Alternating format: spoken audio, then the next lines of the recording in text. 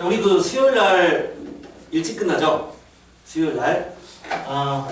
그 수요일 날 일찍 오고 싶으신 분은 일찍 오세요. 일찍 오고 집에 가고 싶으신 분은 일찍 와도 됩니다. 학교에 몇 시에 끝나나? 단축 수업하면? 11시에 끝나니? 일찍 오고 싶어서 일찍 오고 일찍 가고 싶은 사람. 일찍 왔다 일찍 가고 싶은 사람 따로 없나? 일단 나는 선생님은 2시쯤부터는 있을 거예요. 계속 학원에 있을 거니까 그냥 만약에 나 그냥 일찍 와서 빨리 끝내고 일찍 가고 싶다라고 한다면 그냥 2시에 오셔도 됩니다. 2시부터는 선생님 있으니까 그래서 와서 일찍 하고 가도 무방하니까 그렇게 일단 허용할게요. 또는 질문 많으신 분들은 와서 또 개인적으로 또 많이 하고 그냥 하루 종일 수학하고 가도 괜찮습니다. 아니에요? 괜찮아요. 드디어 우리 고3이 오늘 종강했어요. 오늘 고3이 종강을 했고요. 되게 좀 약간 그랬어. 마음이 좀 그랬고, 그리고 또 내가 또 가르치는 또 다른 한 반이 또 있는데 그 반도 이번 주에 종강을 했습니다. 종강을 했고, 그 다음에 또 선생님 아들이 시대인재 중등스쿨에 들어가기 위해서 입반 테스트를 봤어요. 봤는데 나는 부모님의 마음을 잘 몰랐어. 그러니까 우리 반은 입반 테스트 어쨌든 봤잖아. 이제 요반도 입반 테스트를 받고 보면서 여러분 막 살 떨리는 막 이제 몇몇 학생들은 막 좀 긴장하고 시험 보기도 했고 또는 좀 결과가 좀 좋지 않았던 학생도 있었고 막 그랬었는데 나는 그거를 크게 내가 시험 본 게 아니니까 긴장을 별로 안 했잖아. 나는 선생님의 입장에서 너희들을 바라봤었단 말이야. 그런데 우리 아이가 입학 테스트를 보니까 부모님의 입장이 된 거예요. 원래 이제 변명을 하자면 원래 이제 고등 수업을 듣기 위해서 중학교 3학년 거 시험지를 봤어야 되는데 학원 측의 실수로 중학교 2학년 시험지를 준 거예요. 그래서 60점 이상이 통과하거든요. 근데 24개 중에서 여기 12개를 맞췄어요. 중학교 2학년 거를. 그래서 근소하게 떨어졌지만 걔는 사실 중3 걸 대비했거든. 그래서 다시 중3 거를 가지고 다시 시험을 봤어. 근데 한 번 시험 보고 나니까 이제 우리 아이 말이야. 우리 아이 말. 나는 이제 아이 말을 잘 믿진 않는데 우리 아이 말로는 기력이 다 소진됐다라는 거야. 시험지를 다시 받으니까. 그래서 3학년 1학기 거랑 2학기 걸 봤는데 결과적으로는 3학년 1학기 10개 중에서 3문제 맞췄고요. 3학년 2학기 거 10문제 중에서 4문제를 맞췄어요. 그러니까 떨어진 거죠. 떨어졌지만 학부모 입장에서는 그러잖아. 우겨서 들어가고 싶은 거잖아. 내가 뭐 선생님이랑 친하니까 그 선생님한테 애가 사실은 이 실력이 아닌데 기력이 좀 많이 소진돼서 이렇게 본 거다. 넣어달라고 간곡히 부탁을 해서 우겨서 반에 일단은 입반을 시켰습니다. 그래서 월요일날 내일 당장 첫 수업인데 그러다 보니까 내가 참 너희들의 부모님 입장이 어땠을까를 생각을 좀 많이 했어요. 그래서 매번 시험 볼 때마다 분명히 이것저것 배우고 다 끝냈다라고 생각했지만 막상 시험 보면 계속 깨지는 그 부모님 입장이 어땠을까를 내가 절실히 느꼈습니다. 절실히 느끼고 진짜 그렇구나 조금 더 학생 입장에서 좀 더 바라봐야겠구나 라는 생각을 좀 했어. 우리 경우수 파트 그리고 순열 파트 조합 파트는 특히 여러분들이 취약점인 것 같아요. 그거는 이미 중학교 때 제대로 안 한 것 같아. 맞지? 그냥 마지막 파트니까 수학하의 마지막 파트니까 분명히 숙제 검사도 잘 안 했을 거고 그리고 뭔가 복습도 제대로 안 했을 거고 아무튼 선행하면서 계속 흐지부지 되고 앞부분은 잘했지만 뒷부분은 제대로 안 했을 것 같아. 그래서 특히 더 약한 게 아닌가 싶긴 하거든요. 여기 문제 좀 많이 푸세요. 내가 볼 때는 이번 기말고사의 관건은 이쪽 파트야. 쉽게 나오면 그나마 괜찮겠지만 약간 어렵게 나오면 다 이쪽 파트 다 털릴 것 같아요. 지금 보니까 너무 못해.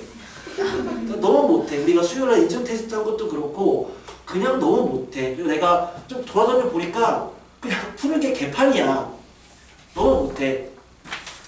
많이 푸세요. 문제 많이 푸시고 시간 되면 인증 테스트 우리 본 거 있잖아. 그거 그냥 통과했다 하더라도 2차, 3차 시험지 있잖아요. 뭐 디프 2차, 디프 3차 이런 거 좀 푸시고요. 아니면은 가까스로 통과하신 분들은 베이직 2차, 베이직 3차 좀 푸세요. 쉬운 문제 위주로 좀 많이 더 풀어봤으면 좋겠어. 여기 있는 문제들이 사실 그렇게 어려운 문제들은 아닌데 불구하고 맞췄다 하더라도 아무튼 풀이식의 증명이 좋지 않다면 조금은 계속 푸시고 좀 더 좋은 풀이식 없을까에 대해서 좀 궁리를 좀 할 필요가 있을 것 같아요. 자, 가볼게요. 1번 문제부터. C가 A와 B 사이에 있다라고 하는 게 일단 어떤 의미부터인지를 좀 파악을 해보면 C가 A랑 B 사이에 있다는 얘기는 그러니까 말 그대로 C 앞에 A, B가 있을 수도 있고 C 앞에 B, A가 있을 수도 있는 거야. 그 다음에 A, B 안에 C가 있지만 그 가운데 다른 문자인 D라든가 E가 있을 수도 있는 거야. 그쵸? 문제는 파악됐죠? 그러면 우린 이걸 어떻게 바라볼 거냐? 첫 번째 방법. 그냥 나는 A랑 B랑 C가 더 특이하다라고 생각한다면 일단 A, B, C를 먼저 배열하는 거예요. 그러면 C가 A랑 B 사이에 있도록 A, B, C를 배열하는 방법 몇 가지니? 두 가지죠.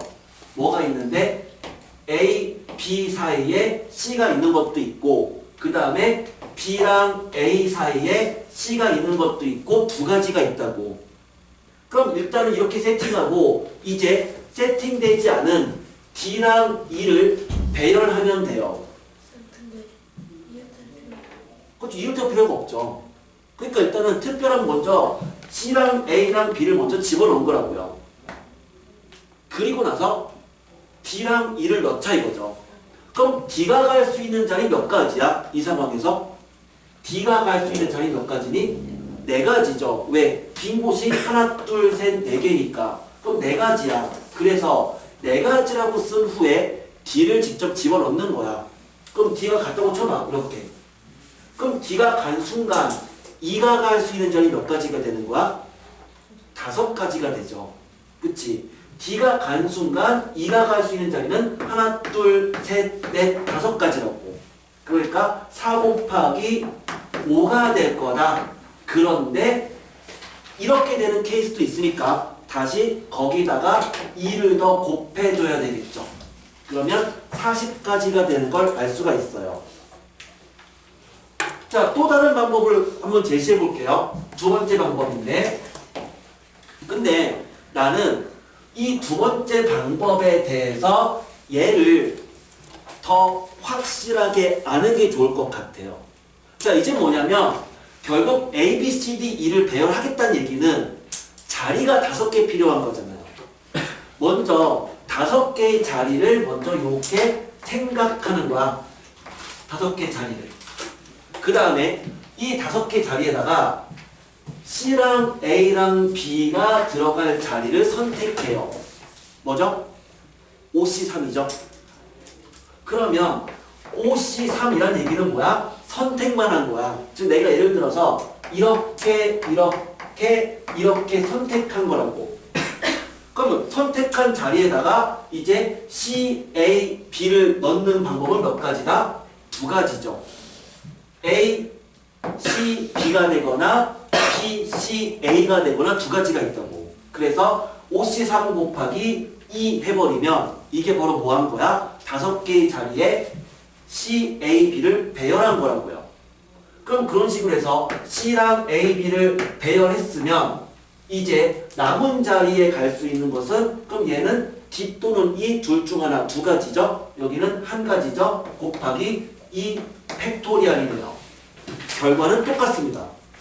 근데 이렇게 풀지 않은 학생도 있을 거야.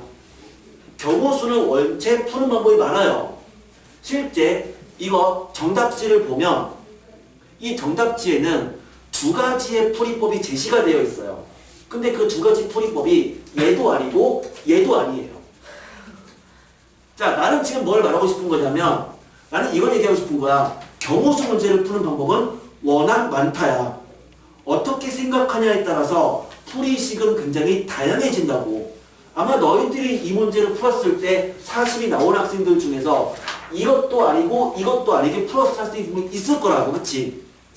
근데 잘 풀었다 못 풀었다는 어떻게 판단해요? 풀이식이 짧으면 잘 푼 거라고. 봐라. 이 문제의 풀이식은 요거잖아요. 4 곱하기 5 곱하기 2 끝이잖아. 이렇게 풀었으면은 5시 3 곱하기 2 곱하기 2 팩이 끝이잖아. 한 줄 만에 끝나잖아. 그러면 잘 푼 거라고. 풀이식이 다르다더라도 식이 짧으면 잘 푼 거야. 그런데 식이 길면 맞췄다 하더라도 해설지를 참고하시고 더 줄일 수 있는지를 판단하자는 거죠. 그게 경우수를 푸는 방법이야. 식이 길면 일단 잘못 푼 거라고요.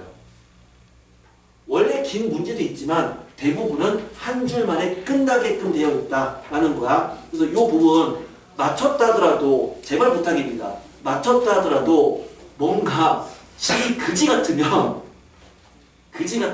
식을 바꾸세요. 그렇지 않으면 계속 경우수는 어려운 파트가 되어버립니다. 자, 두 번째 문제 갈게요. 두 번째 문제. 자, 문제는 이거죠. 5명이 서로 다른 5명, 사람은 원래 달라요. 서로 다른 5명이 엘리베이터를 탔는데 얘들이 4층부터 7층까지 내렸다. 그러면 내릴 수 있는 경우수가 몇 가지냐 이렇게 물어봤어. 우리는요, 경우수 문제를 푸는 것은요, 경우의 수를 잘하는 방법은 여러분들이 신이 됐다라고 생각하는 거야. 신. 그냥 쉽게 얘기해서 인형놀이 한다. 우리 어릴 때 인형놀이 했잖아. 그치? 그 여러분들이 실제로 인형놀이를 한다고 생각하고 이러한 일을 직접 하면 돼요. 이러한 일을. 예를 들어서 1번도 여러분이 인형놀이를 하는 거야. 즉 5개 인형이 있는데 그런데 이 C라는 인형이 A랑 B 사이에 존재하도록 배열을 시키겠다라는 거죠. 그럼 어떻게 배열시킬 거냐? 5개의 인형집이 있는 거라고. 그럼 인형집에다가 먼저 이 조건을 만족하도록 C, A, B를 먼저 집어넣고 나머지를 넣었던 거 아니냐라는 거죠. 그런데 우리가 인형놀이 할 때는 우리의 손은 작단 말이에요. 근데 인형이 커요. 그쵸? 그러니까 5개 인형이 있는 거죠. 이 5개 인형을 엘리베이터를 태워서 4, 5, 6, 7층에 내려야 돼요. 그럼 어떻게 내리겠니? 한 번에 5개를 집어서 내리는 게 아니라 하나씩 미미야 내려라. 몇 가지야? 4, 5, 6, 7 넷 중 하나잖아. 4가지잖아. 그치? 엘리샤 네가 내리자. 몇 가지야? 4가지인 거 아니야? 뭐야? 각각 하나씩 인형을 잡아서 내릴 거잖아. 그렇게 하지 않아요? 우리 인형놀이 할 때? 하나씩 하잖아요. 그럼 뭐야? 얘가 내릴 수 있는 게 4가지야. 얘도 4가지야. 4가지야. 정답은 4의 5제곱이라고요. 이걸로 끝나는 거죠. 이거 가지고 막 괜히 이 중에서 내릴 층을 선택하고 막 애들을 분할시키고 하다 보면 잘못 푼 거라고요. 그쵸? 분명히 그렇게 다 푼 학생이 있었어. 잘못 푼 거야. 뭐야? 그냥 얘가 끝이라고요. 4의 5제곱. 이것은 어떻게 생각한 거야? 하나씩 직접 여러분들이 인형놀이 한다고 생각하는 거야. 그래서 그렇게 계속 생각을 하다 보면 나중에 경우수가 되게 쉬워져요. 선생님은 지금 경우수 풀 때도 머릿속으로 그렇게 생각한다고요. 머릿속으로 내가 인형놀이 한다. 내가 신이 됐다라고 생각하고 직접 5개의 사람을 내린다고요. 하나씩 집어서. 그렇게 생각하면 문제가 좀 쉬워집니다. 이해되죠? 자, 3번 문제였습니다. 자, 뭐였냐면 다음과 같이 생긴 이러한 도로망이 있는데 근데 잘 보면 이 도로망 중에서 길이 끊어진 거죠.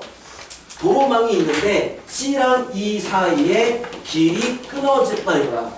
길이 끊어졌는데 나는 B에서 출발해서 모든 지점을 한 번씩만 더 거쳐서 다시 B로 가는 경우 수가 몇 가지냐 이걸 물어본 거잖아요. 예를 들면 이런 건데, 예를 들면 B에서 출발했거든. 그럼 B에서 출발해서 직접 가는 거야. 처음에 A로 갔다가 그 다음에 E로 갔다가 그 다음에 D로 갔다가 F로 갔다가 C로 갔다가 다시 B로 가면 되는 거 아니냐 이 문제잖아. 그치? 그럼 그런 게 몇 개가 있냐 이렇게 물어본 건데, 그럼 그 얘기는 B를 제외한 하나, 둘, 셋, 넷, 5개 문자를 배열하겠다는 거 아닌가요? 그쵸? B를 제외한 A, E, D, F, C를 배열하겠다야. 그런데 어떻게 배열하는 거야? 배열하는데 지성아, 배열하는데 어떻게 배열해야 돼? C랑 E가 끊어졌으니까 C랑 E가 이웃하면 안 된다랑 같은 얘기잖아요. 5개 지점을 배열하면 끝나는 거야. 단 C랑 E가 이웃하면 안 된다야. 이웃하면 안 된다란 말이 있으면 어떻게 풀어요? C랑 E를 제외한 나머지를 먼저 배열하고 3팩이죠. 그럼 나머지 3개를 먼저 배열했어요. 그리고 비어있는 공간 4개에다가 C랑 E를 넣는 거니까, 그러면 이제 빈 공간에 C가 가는 방법은 4가지. 그러면 E가 갈 수 있는 건 3가지죠. 그러면 3팩 곱하기 4 곱하기 3이 정답이었다고요. 역시 풀이식은 이게 끝이었어. 물론 이게 생각나지 않으신 분들은 차선책으로 수영도를 이용해서 구할 수 있겠지만 5개를 일렬로 배열하는 방법은 120가지죠. 그러면 물론 C랑 E가 이웃하면 안 되니까 안 된다는 그것 때문에 어쨌든 가지수는 더 줄어들겠지만 이걸 가지고 수용도를 써버리면 종이가 부족해요. 그쵸? 시간도 부족해집니다. 그러면 망하는 거예요. 시험장에서. 게다가 분명히 빼먹을 것 같아. 굉장히 개수가 많으니까. 분명히 한용예고 시험지 종이 별로 안 줄 텐데 거기에 수용도로 이걸 푸는 거는 오버잖아요. 그 수용도는 좋은 방법은 아닌 거야. 우리는 이 문제가 둘은 이웃하면 안 된다로 재해석해서 풀었어야 되는 거죠. 그러면 역시 한 줄만에 끝나는 거야. 자, 지금 푸는 문제들이 전부 다 이런 식이에요. 4 곱하기 5 곱하기 2, 4의 5제곱, 3팩 곱하기 4 곱하기 3. 다 이런 거라고. 그거를 여러분들이 습관을 만들어내야 돼. 쉬운 일이 아니에요. 자, 4번 문제입니다. 뭐라고 주어져 있냐면 0, 1, 2, 3, 4를 가지고 세 자릿수를 만들겠다는데 단 이 문제는 뭐냐면 중복을 허용하겠다라는 거죠. 같은 숫자를 여러 번 쓸 수 있다는 얘기인데, 그러면 첫 번째 문제, 중복을 허용하는 배열 문제는 항상 하나씩 생각하는 거야. 하나씩 배열하겠다는 얘기죠. 자, 얘도 마찬가지거든요. 아까 엘리베이터에 내리는 문제도요. 같은 층에 여러 명이 내릴 수 있다는 얘기거든. 그럼 이것도 중복을 허용하는 거야. 그러니까 어떻게 했어? 하나씩 직접 내렸다 이거죠. 맞아요? 마찬가지야. 중복을 허용하는 배열 문제는 하나씩 생각하는 거예요. 그러면 먼저 여기에 배열할 수 있는 게 몇 가지다? 세 자릿수를 만들어야 되니까 4가지죠. 1, 2, 3, 4 중 하나잖아요. 4가지. 그리고 그럼 여기에 배열할 수 있는 숫자는 5가지네요. 여기 5가지죠. 그러면 4 곱하기 5 곱하기 5가 정답인 거야. 자, 두 번째 문제. 이제는 타이거라는 얘를 배열하는데 역시 문자 3개를 뽑아서 배열하겠대요. 근데 중복을 허용하겠대. 단 t를 포함하는 경우가 몇 가지다 이렇게 물어봤어요. 그럼 t를 포함한다는 것은요. 케이스가 몇 가지가 있냐면 3가지가 있는 거죠. 뭐가 있어요? t를 포함하겠다는 얘기는 첫 번째 t가 1개가 있는 거다. 두 번째 t가 2개가 있는 거다. 세 번째 t가 3개가 있는 거다. 이렇게 생각할 수 있어. 그럼 만약에 t가 2개가 있다면 그런 게 몇 가지가 있냐면 마치 이것처럼 푸는 거야. 이것처럼 자릿수가 3개니까 3개 중에서 t 2개를 먼저 넣는 거죠. 몇 가지니? 32잖아요. 셋 중에서 t가 들어갈 2개를 선택하는 거거든. 그럼 얘는 32. 그래서 얘랑 얘를 선택했으면 그냥 t를 넣겠다는 얘기고, 그럼 여기에 갈 수 있는 건 몇 가지다? t를 제외한 i, g, e, r 중 하나가 들어가는 거니까 곱하기 4가 되겠네. 그럼 이런 식으로 해서 이 3가지 케이스를 구해서 더하면 그게 정답이 될 텐데, 그런데요. 그런데 얘는 문자가 5개니까 그리고 3자리니까 이렇게 풀 수 있겠지만, 만약에 문자가 5개가 아니라 문자가 8개야. 그런데 5자리 수를 만들겠대 라고 한다면 이거 이렇게 풀기 좀 아니잖아요. 그치? 아, 뭐를 생각할 수 있는 거니? 뭔가 케이스가 복잡하다면 뭘 생각하자? 여사건을 생각하는 거죠. 자, 다시 2번에다가 적습니다. 우리 여사건 언제 써요? 복잡할 때 쓰는 거야. 근데 어떤 케이스는 얘는 고작 3가지니까 이렇게 해도 괜찮은데 케이스가 더 많아질 수 있다고. 자릿수가 더 늘어나거나 문자가 늘어나면 케이스가 복잡해집니다. 그러면 복잡하면 뭐다? 복잡하면 여사건이다 라고 적습니다. 아, 두 번째 방법 어떻게 하겠다는 얘기야? 전체 경우수에서 t가 없는 걸 빼도 되잖아요. 그럼 전체 경우수는 몇 가지인데요? 그쵸? 하나씩 생각해야 돼요. 하나씩 생각하지 않으면 전체 경우수를 3의 5제곱입니다 이렇게 말하는 게 되게 많아져요. 하나씩이라는 얘기는 여기다가 배열시키는 거죠. 몇 가지야? 5가지죠. 여기 5가지죠. 여기 5가지지. 그러니까 5의 세제곱인 거야. 한 번에 생각해버리면 자칫하면 3의 5제곱 이렇게 실수하기 쉽단 말이야. 하나씩 하는 거죠. 중복을 허용한다면 하나씩 생각해서 배열하는 거야. 즉 각각을 집어넣는 거죠. 인형놀이. 5가지. 그러면 전체 5의 세제곱에서 뭘 뺀다? t가 없는 거. 그러니까 t를 제외하고 배열하는 거니까 4가지. 4의 세제곱을 뺀 게 정답이 돼요. 자, 나는 이렇게 풀었으면 좋겠어. 이렇게. t를 포함하겠다를 케이스를 나누지 말고 전체에서 t를 포함하지 않는 거를 빼면 되겠다. 이 생각을 좀 했으면 좋겠어. 왜? 여사건은요. 직접 문제 풀 때 습관이에요. 이 습관은 문제를 풀면서 계속 길러지는 거거든. 항상 풀다가 조금이라도 복잡하면 여사건으로 풀 수는 없을까를 꼭 생각해 보세요. 그렇지? 얘는 풀어봤던 아이들만 풀 수 있다고. 5번째 문제입니다. 5번째 문제. 자, 얘는 뭐냐면 이거예요. 그러니까 색깔이 3개가 있대요. 빨, 파, 노 뭐 이런 건가요? 빨파노 맞아? 그러니까 빨파노 3개 색을 가지고 여기다가 배열해요. 그 다음에 다음 줄에 배열하는데 다음 줄은 윗줄과 색이 다르도록 배열해요.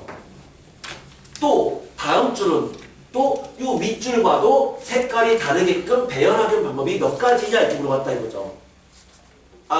뭘까요? 첫 번째 줄에 배열하는 방법 몇 가지니? 3팩토리얼이죠?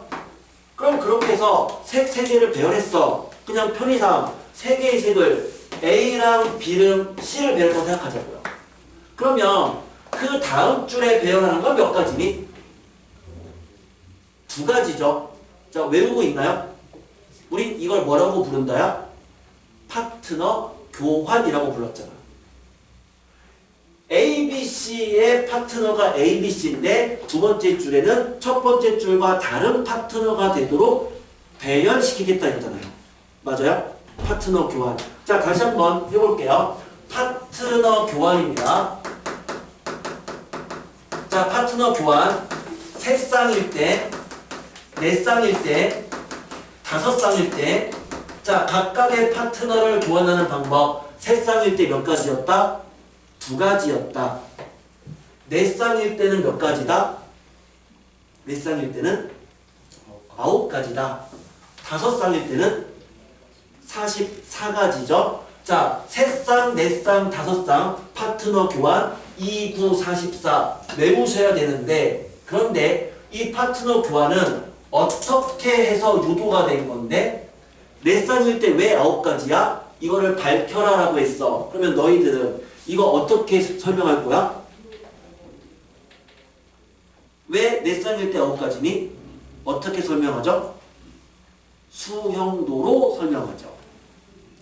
파트너 교환을 유도하는 방법은 수형도였어요. 직접 수형도를 그리면 4쌍일 때 9가지인 거 확인할 수 있다고요. 그러면 얘는 파트너 교환 2, 9, 44니까 즉 여기에 배열시키는 방법은 2가지가 되는 거죠. 그 이유는 파트너 교환이었다고요. 그럼 그렇게 했을 때 그럼 여기에 쓸 수 있는 것은 뭐야? 얘랑 파트너를 다르게 한 거니까 예를 들면 C, A, B 이렇게 한 거야. 근데 그렇게 했더니 자동적으로 세 번째 줄에 넣는 방법은 몇 가지밖에 없다? 오직 한 가지밖에 없잖아요. A랑 C를 넣었으면 무조건 B밖에 안 된다고요. B, A면 무조건 C밖에 안 된다고요. 그러니까 여기는 한 가지인 거죠. 따라서 6 곱하기 2 곱하기 1 12가지가 정답이에요. 근데 얘는 별로 어렵지 않은데 문제는 나 이거 문제 바꿔볼게요. 자, 이 문제를 바꿔서 나는 이제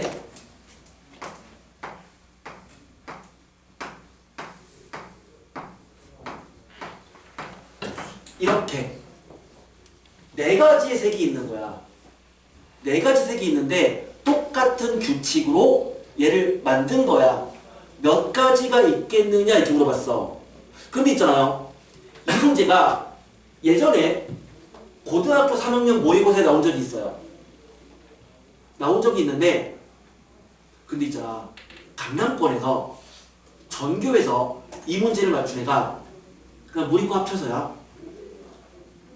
전교에서 보통 각 학교당 1명 내지 0명이었어요. 언제 나왔어?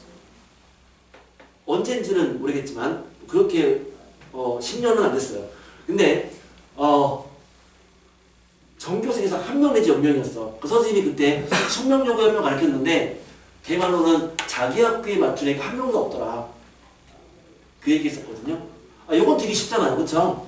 근데 하나가 더 늘어나 버리면 되게 어려워져요. 자, 요거 한번 생각해 볼게요. 자, 처음엔 똑같아요. 여기에 배열하는 방법 몇 가지야? 4팩이죠? 그치? 24가지죠? 그럼 여기는 4팩이에요. 24가지라고요. 그 다음에 파트너를 바꿔야 돼. 그러니까 여기 몇 가지야? 9가지죠? 거기까지 됐어요? 근데 있잖아요. 여기가 A, B, C, D가 됐다고 생각해봐. 우리가 색칠하기 문제 같은 경우에 색칠하기 문제 예를 들어서 이런 문제 많이 풀어봤잖아. 자, 이렇게 있을 때 여기에 3가지 색을 이용해서 각 영역이 다르도록 색을 칠하자 라고 했어. 자, 이런 색칠하기 문제에서 여기에 칠할 수 있는 색은 몇 가지겠니? 그러면 3가지죠? 그치? 그러면 여기 칠할 수 있는 색은 몇 가지야? 얘랑 다른 색이니까 두 가지잖아. 그럼 여기 칠할 색은 몇 가지야? 두 가지죠? 얘랑 다른 색이니까. 그러면 이런 식으로 해서 풀면 돼? 안 돼? 안 됐다고요. 왜? 왜 안 됐는데? 두 가지인 건 맞지만 이 색과 이 색이 같냐 이 색과 이 색이 다르냐에 따라서 여기에 들어갈 수 있는 케이스가 달라졌다고. 그럼 애초에 처음부터 이 둘이 같을 때랑 다를 때로 나눴잖아요. 자, 나는 지금 뭘 말하고 싶은 거냐면 여기에 넣을 수 있는 게 9가지인 건 맞아. 파트너 교환이니까. 그런데 그 9가지가 어떠한 형태냐에 따라서 여기에 들어갈 수 있는 케이스가 달라져요. 그래서 우린 여기를 두 가지 케이스로 나눠야 돼요. 첫 번째는 윗줄에 1층이 이렇게 제일 위에 걸 1층이라고 할게요. 1층 여기는 2층 이걸 3층이라고 할게. 자, 1층에 A, B, C, D가 들어갔어. 근데 파트너를 바꿔야 돼. 그러니까 2층에 파트너가 바뀌는 경우는 두 가지 케이스가 있어. 자, 내 쌍이 파트너 교환하는 방법은 9가지인데 왜 9가지냐? 케이스를 나누면 두 가지가 있거든. 어떤 케이스가 있냐면 첫 번째는 내 쌍 중에서 두 쌍이 지들끼리 파트너를 막 교환한 경우. 그러니까 예를 들어서 A, B가 파트너를 바꾸고 C, D가 파트너를 바꾼 이러한 케이스가 있고요. 두 번째는 1층이 A, B, C, D일 때 그럼 2층이 이 네 명이 전부 다 파트너를 바꾸는 경우. 그러니까 뭐야? B, C, D, A의 꼴이 되는 경우. 케이스가 두 가지가 있거든요. 그러면 이렇게 되는 케이스가 몇 가지냐면 이렇게 되는 케이스는 둘씩 바꾸는 거니까 A가 B랑 서로 맞바꾸거나 A가 C랑 맞바꾸거나 A가 D랑 맞바꾸거나 세 가지 경우가 있는 거야. 이런 경우는 세 가지예요. 그럼 이런 경우는 몇 가지겠니? 6가지겠죠. 왜요? 전체 사실은 9가지였으니까. 그 9가지를 두 가지로 나눈 거라고. 왜 나눈 거야? 이렇게 되냐 이렇게 되냐에 따라서 3층에 갈 수 있는 경우가 달라지기 때문이에요. 물론 1층은 24가지겠죠? 또는의 관계니까 이 두 개는 더하면 되겠지? 그러면 이제 여기에 개수만 구해서 어떻게 구한다요? 수영도 이용해서 구하면 돼요. 그럼 수영도 이용해서 여기다가 배열시키라고 얘랑 들어가서 다르게 되도록. 그럼 배열시키면 몇 가지 인지가 나올 거야. 그래서 곱하고 곱한 걸 더하면 우리가 원하는 정답 576인가? 맞나? 아마 이 값이었던 것 같아. 느낌이. 그러면 그러니까 이 결과를 끄집어낼 수 있을 거예요. 자, 이 문제에 출제될 가능성은 있어. 근데 만약 이 문제가 나오면 어차피 우리는 이거 그냥 이 문제 그냥 하나만 더 늘린 거잖아. 부교재 문제. 나오면 아마 전교생에서 여러분들만 맞출 거예요. 그리고 다 틀릴 거예요. 그러니까 한번 나왔으면 좋겠다. 나왔으면. 우리만 알고 있자고. 자, 요거 됐습니까? 자, 적어 두시고요. 설정 이제 그 기본적인 사실은 10만 이렇게 적으면 있잖아요. 10만 적으면 나중에 복습할 때 또 질문할 거예요. 도대체 저 4 곱하기 5 곱하기가 뭔지 다 한 줄이니까. 그래서 의미를 좀 잘 파악하면서 혹시 필기하고 있으면 좀 필기해 놓으시고 그 다음에 재복습하시면 될 것 같아요. 자, 이해되죠? 조금 더 하고 그 다음에 쉴 건데 자 6번부터 9번까지 딱 4문제입니다. 딱 4문제니까 이거 필기하실 분들 잠깐 필기하시고요. 그러면 이거는 꼭 적어주셔야 돼요. 이거 적어서 정답 끝까지 도출하세요. 그리고 나중에 내가 인증 테스트 부교재 할 때 한 번 더 낼 거야. 낼 거야. 기억해서 낼 거야. 근데 중요하니까 적어두시고요. 자, 그래, 찍어도 되구나. 자, 그래서 자, 그 다음에 여기 9번까지 딱 4문제입니다. 좀 더 풀어보세요.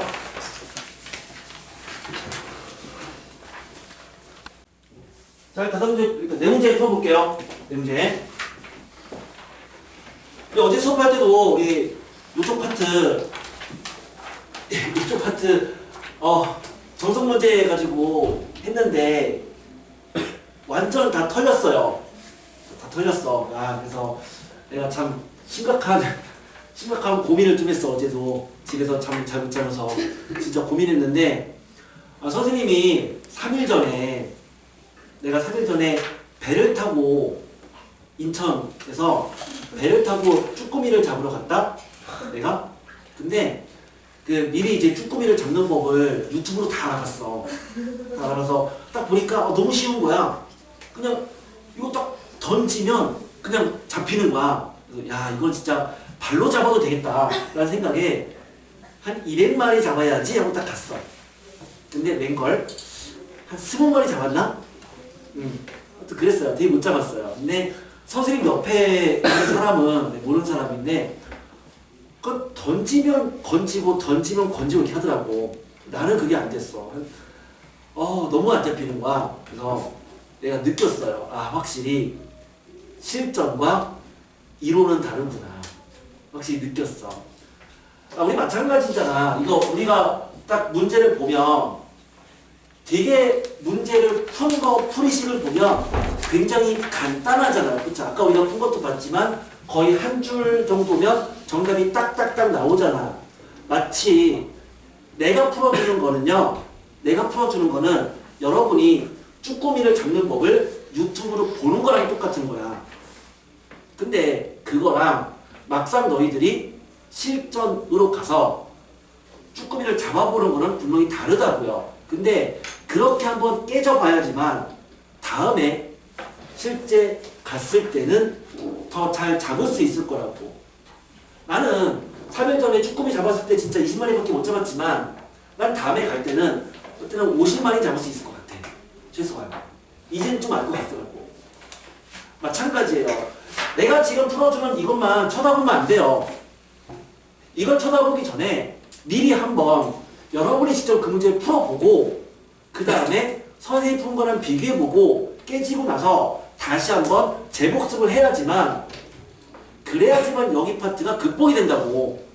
근데 지금 이게 의지 없이 이거는 제가 막 지금 딱 보면은 막 죽은 눈빛 막 이렇게 돼 있으면 이거는 그냥 아예 쭈꾸미를 잡으러 가겠다는 의지도 없는 거잖아. 그치? 우리 최소한 쭈꾸미는 잡자고. 최소한. 졸지 마세요. 졸지 말고, 이 자세 좀 똑바로 하고, 그러니까 너무 이렇게 있으면 되겠다는 얘기잖아. 그치? 똑바로 하고, 그 다음에 하나라도 더 건지기 위해서 좀 더 집중하시고, 좀 그렇게 좀 했으면 좋겠어요. 자, 한번 볼게요. 6번 문제부터. 어른 2명과 어린이 3명이 있는데, 그러니까 얘들이 배를 탄 거야. 쭈꾸미를 잡으러. 이 쭈꾸미를 잡으러 배를 탄 거야. 그치? 배를 탔는데, 단 어린이는 어른과 같은 줄에 앉겠대요. 뭐냐면, 어떤 특정한 2개의 집단이 있는 경우죠. 어른과 어린이. 또 어떤 문제는 뭐 남자랑 여자. 특정 집단이 있는 문제는 한 집단을 먼저 처리해야 됩니다. 자, 특정한 2개의 집단이 있으면 두 집단을 한꺼번에 하는 게 아니라, 그러니까 어린이랑 어른은 같은 줄이라고 했으니까 괜히 막 첫 번째 줄 처리하고 이렇게 하는 게 아니라 하나의 집단을 먼저 처리해야 된다는 거죠. 그럼 당연히 누구를 먼저 처리할래요? 어른을 먼저 배열하겠습니까? 어린이를 먼저 배열하겠습니까? 어른을 먼저 배열해야죠. 왜? 케이스가 적은 거를 먼저 배열해야죠. 그래서 자, 우리 이 문제 풀 때 우린 여기는 당연히 당연히 누구를 먼저? 어른을 먼저 배열한다예요. 그냥 당연히예요. 이거는 문제를 푸는 습관이라고요. 2개의 집단이 있으면 한 집단을 먼저 처리하는 건 당연한 거고, 그래서 케이스가 더 작은 집단을 먼저 처리하는 건 당연한 거야. 그러면 어른을 먼저 배열시키면 되는데, 자, 어른을 배열시키기 위해서 먼저 어른이 갈 수 있는 자리를 선택하세요. 몇 가지예요? 6가지죠? 왜요? 어른은 첫 번째 줄에서 한 자리, 두 번째 줄에서 한 자리를 선택해야 되는 거니까 2 곱하기 3만큼의 경우가 있어. 그거는 자리만 선택한 거야. 그래서 이렇게 자리를 선택하는 경우가 2 곱하기 3이죠. 그런데 이 두 명이 순서를 바꿀 수도 있잖아. A, B, BA. 그러니까 곱하기 2가 되겠네. 그럼 이게 바로 뭐 한 거니? 어른을 배열한 거라고요. 그럼 이제 남은 자리에다가 아그들을 배열하면 되는 거잖아. 곱하기 뭐다? 그냥 아이들 배열은 3팩토리알인 거잖아요. 그럼 이게 정답이죠. 됐어요? 자, 문제 푸는 습관입니다. 서로 다른 두 집단이 있으면 무조건 한 집단을 먼저 처리하는 거야. 한 집단을. 그런데 그 집단은 케이스가 더 작은 거죠. 더 작은 집단을 먼저 다 처리하고 나서 남은 집단을 처리하면 되겠다. 이렇게 생각하시면 됩니다. 7번 문제로 갈게요. 7번.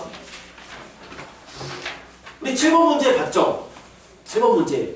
7번 문제 뭐였냐면 문제를 보면 이런 얘기인데 1부터 9까지의 숫자가 있어서 얘를 배열시키겠다는 얘기야. 1부터 9까지의 숫자를 여기다가 다 배열시키는 거야. 그런데 배열시키는데 이쪽에 있는 수의 합과 이쪽에 있는 수의 합이 같도록 합이 같도록 배열시키는 방법은 몇 가지냐를 물어본 거라고. 아, 우리 얘를 뭐라고 부를까요? 이걸 뭐라고 부를까? 중국에서 나온 얘기. 마방진이죠. 마방진이에요. 우린 7번에다가 마방진이라고 하는데 마방진 문제를 푸는 가장 기본은 이겁니다. 마방진 문제는요. 합이 같은 거잖아. 합이 같으니까 이 같은 합을 이거의 합을 이퀄 P라고 생각하는 거예요. 이게 마방진의 출발점이에요. 합을 P라고 생각하는 거죠. 그러면 자 이거 합이 P야. 그러면 얘 합도 뭐야? P야. 그러면 근데 얘는 사실 이렇게 풀 필요 없어. 얘는. 근데 이건 중요해요. 왜 중요한지 조금 이따가 얘기를 할게요. 얘는 가운데가 이미 정해져 있기 때문에 사실은 야 이렇게 생각 안 해도 괜찮아. 왜냐? 1부터 9까지 합은 45죠? 그런데 가운데 5가 있잖아요. 가운데 5가 있으니까 그럼 남은 숫자의 총합은 40이 돼야 돼. 근데 합이 같더래. 그러니까 이쪽에 5를 제외한 이거의 합은 20이 돼야 되는 거야. 맞아요? 그럼 여기에 A가 있고 B가 있고 C가 있다고 생각해봐. 우린 뭐를 알 수 있는데 A 더하기 B 더하기 C는 얼마가 된다? 19가 돼야 된다고. 자 여기까지 생각할 수 있잖아요. 이해돼요? 다시요. 5를 제외한다면 이 5를 제외한다면 그러면 남은 요 4개의 합과 4개 합은 같아야 되는데 그 8개를 다 더해버리면 40이죠. 그러니까 하나, 둘, 셋, 4개를 더한 건 20이 돼야 돼. 그 말은 A, B, C 합은 19인 거야. 그러면 A, B, C 합이 19가 되도록 사전식으로 즉 큰 거에서 작은 거 순으로 왜 큰 수 먼저 찾아내는 게 좋으니까 A, B, C를 생각해 보세요. 그러면 얼마가 될 수 있냐면 A가 9가 되고 합이 19가 돼야 돼. 그럼 B가 8일 수 있나요? 안 되죠. 왜? 9, 8이면 얘는 2가 돼야 되는데 2는 이미 썼다고. 그러면 9, 7, 3은 가능하죠. 또 9, 6, 4도 가능하죠. 그런데 9, 5 그럼 뒤에 게 더 커지니까 안 되죠. 그럼 이제 8로 시작하는 거 뭐야? 8, 7, 4, 8, 7, 4 가능하죠? 또 있나요? 없어요. 나머지 쭉 구해보면 다 충돌납니다. 그러면 A, B, C가 될 수 있는 상황은 일단 이런 후보들이 있어. 그럼 이제 뭐 하겠다는 얘기야? 이 973을 여기다가 배열시키면 되는 거 아니냐. 3팩토리얼 6개잖아. 그러면 남은 3개는 여기로 또 배열시켜야 되는 거잖아. 그것도 3팩이잖아. 그러니까 여기가 973이면 최종적으로 이쪽과 이쪽 라인에 배열시키는 방법은 3팩 곱하기 3팩이니까 36가지가 된다고요. 그럼 얘도 36이겠죠. 얘도 36이겠지. 그러니까 전체가 108가지가 나오네요. 이해돼요? 그럼 이게 이 문제의 정답인데, 근데 나는 이 문제를 좀 바꿔볼게요. 나는 이 문제를 약간 바꿔볼게. 이제 뭐냐면 우린 마방진에 초점을 맞추자고요.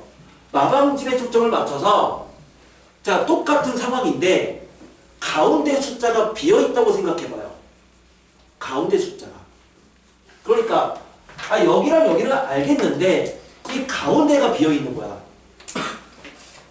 그러면서 이 문제를 풀어라라고 했어. 그럼 K를 먼저 구해야 돼요. 그런데 마방진 출발점은 뭐라고요? 합이 P라고 생각하라고요. 그러면 이거 합이 P죠?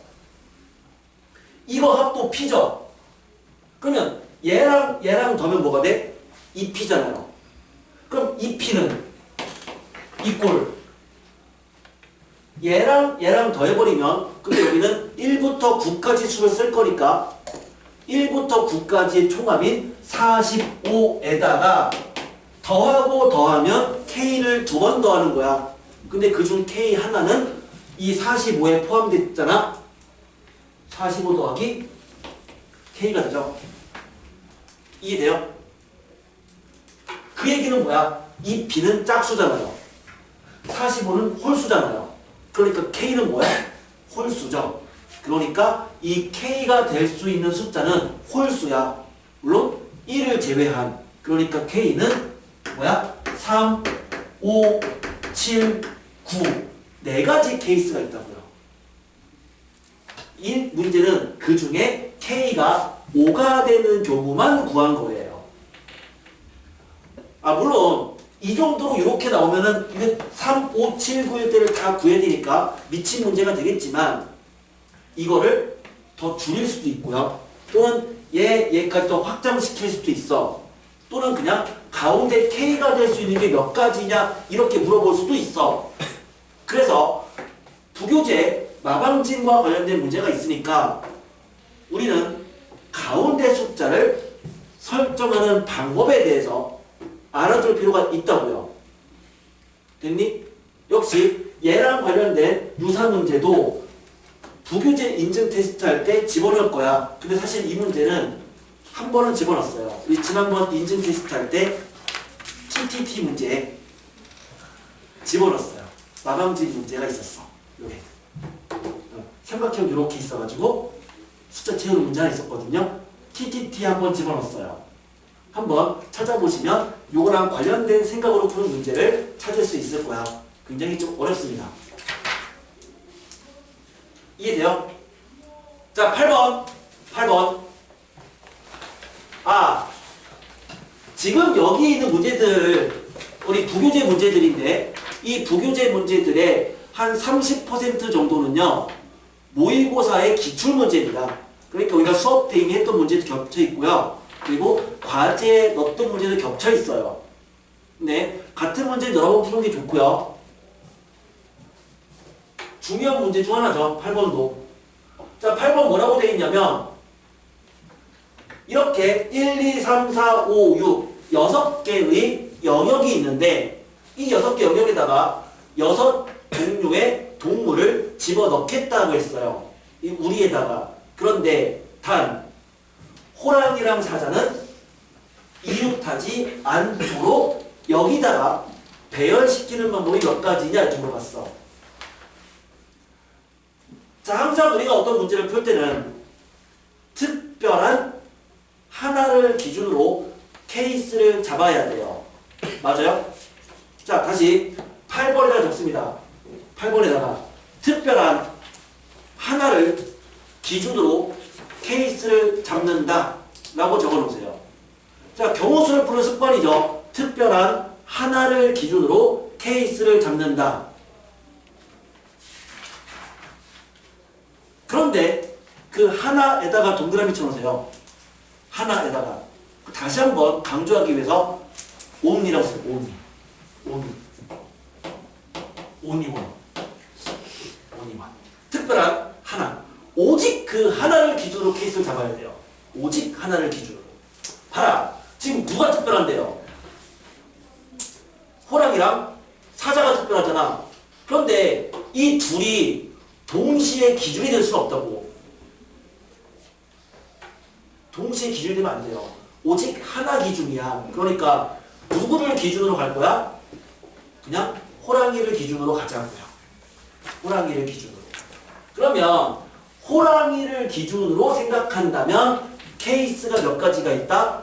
6가지가 있다. 왜? 호랑이는 1번부터 6번까지 갈 수 있으니까. 그래서 호랑이를 기준으로 케이스를 잡으면 케이스가 6가지가 있는 거잖아요.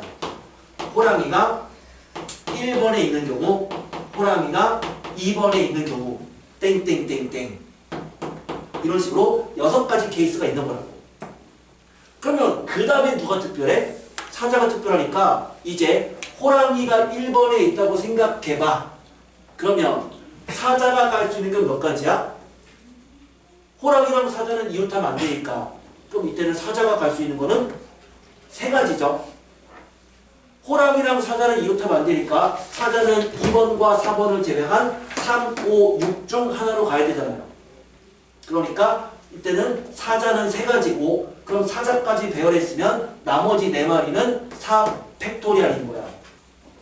만약에 호랑이가 2번 자리에 갔다면 그럼 여기에 호랑이가 갔어. 그럼 사자는요 1, 3, 5에 갈 수 없으니까 사자가 갈 수 있는 건 2가지죠.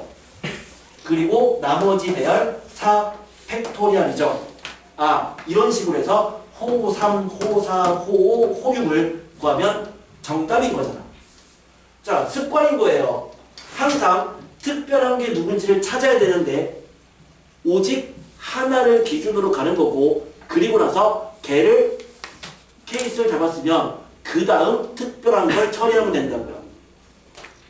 가장 특별한 하나를 찾아내는 것. 이게 경우수를 잘하는 방법이었죠.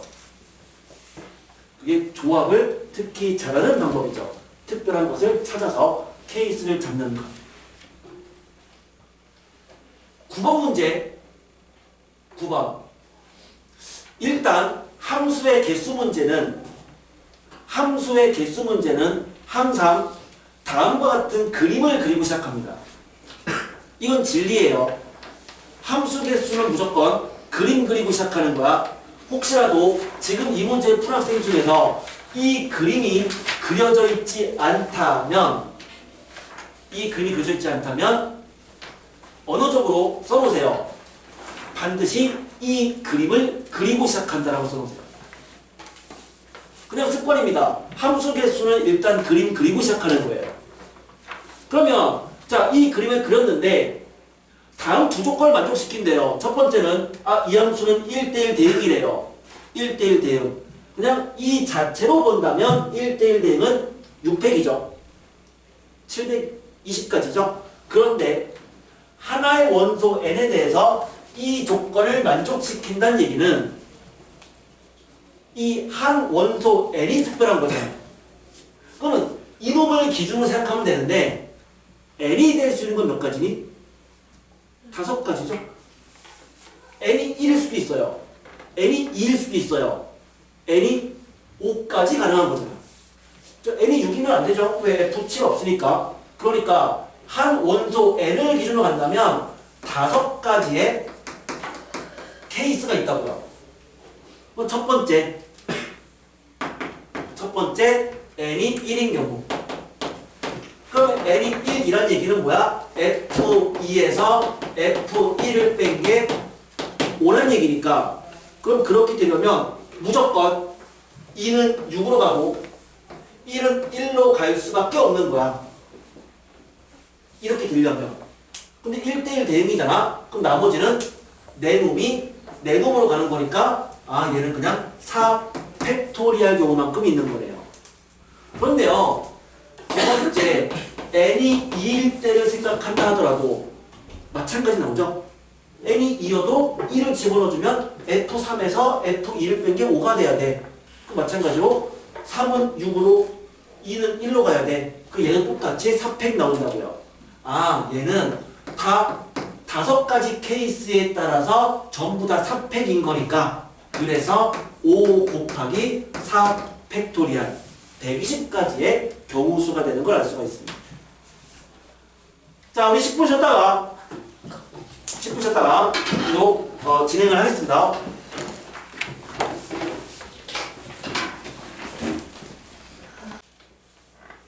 자, 문제 한번 풀어볼게요. 아직 진행 중이신 분도 있고 다 푸신 분도 있고 한데 네, 진행해볼게요. 지금 문제 푸는 시간은 특히 조합 파트, 수면 파트는 굉장히 소중한 시간이라고 했어요. 그러니까 이 시간을 잘 활용을 좀 해주시고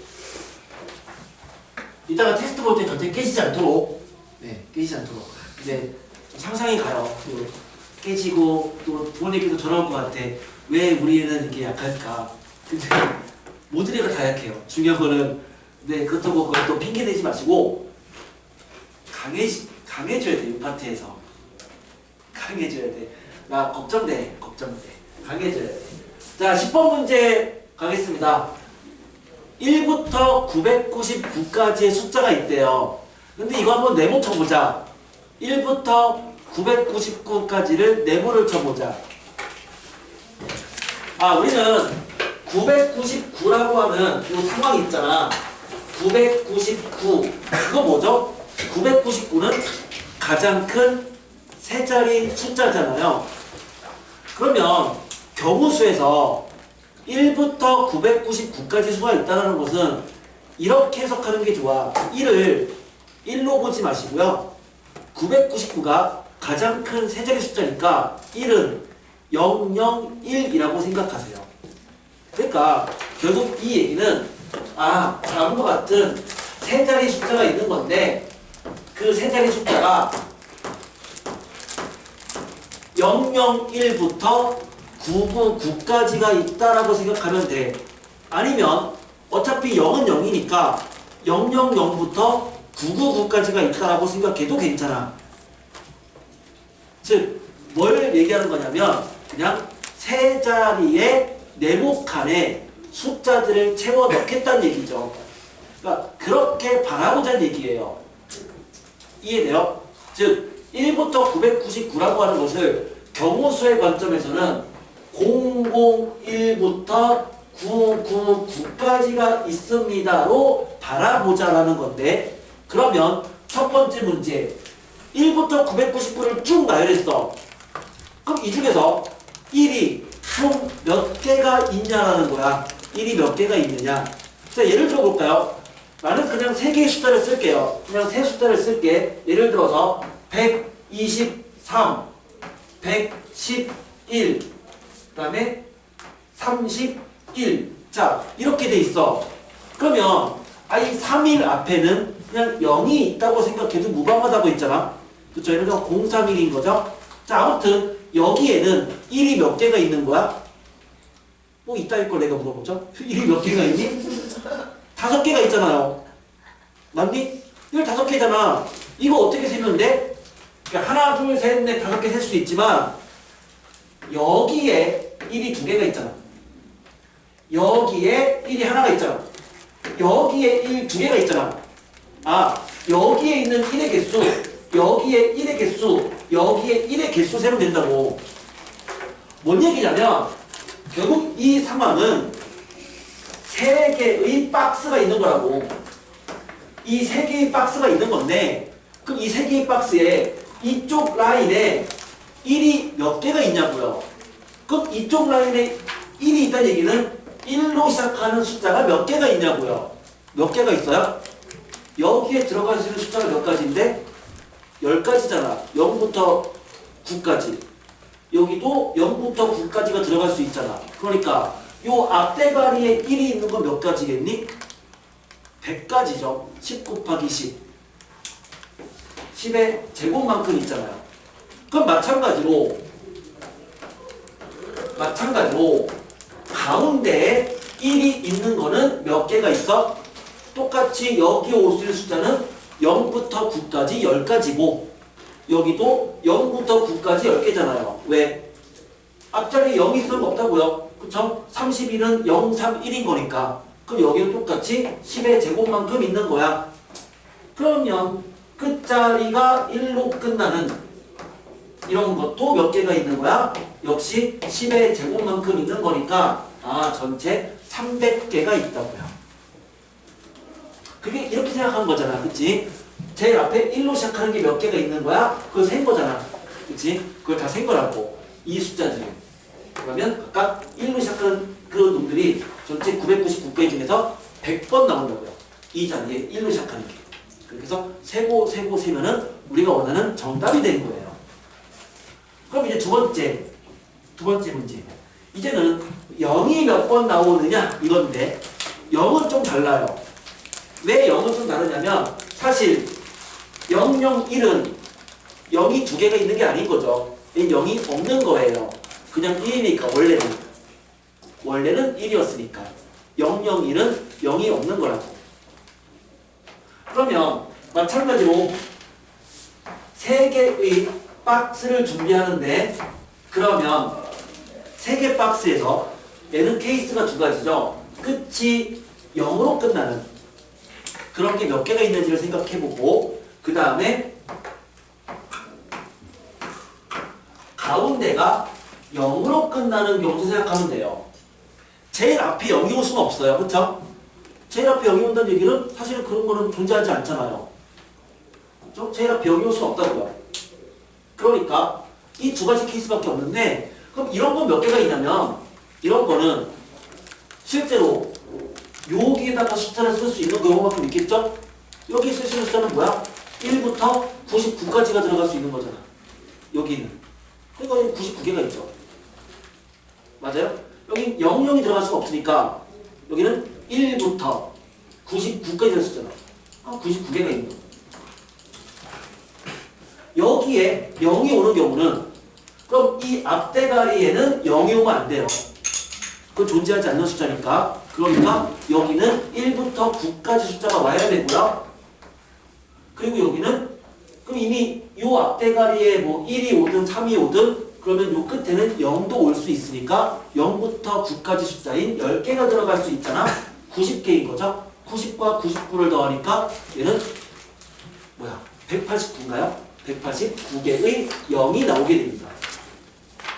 자, 좀 약간 헷갈릴 수는 있는데 그것은 1부터 999다라고 한다면 999가 가장 큰 세 자리 숫자 그러니까 네모칸 3개를 준비해서 거기에 채울 수 있는 숫자들의 개수를 생각한 거야.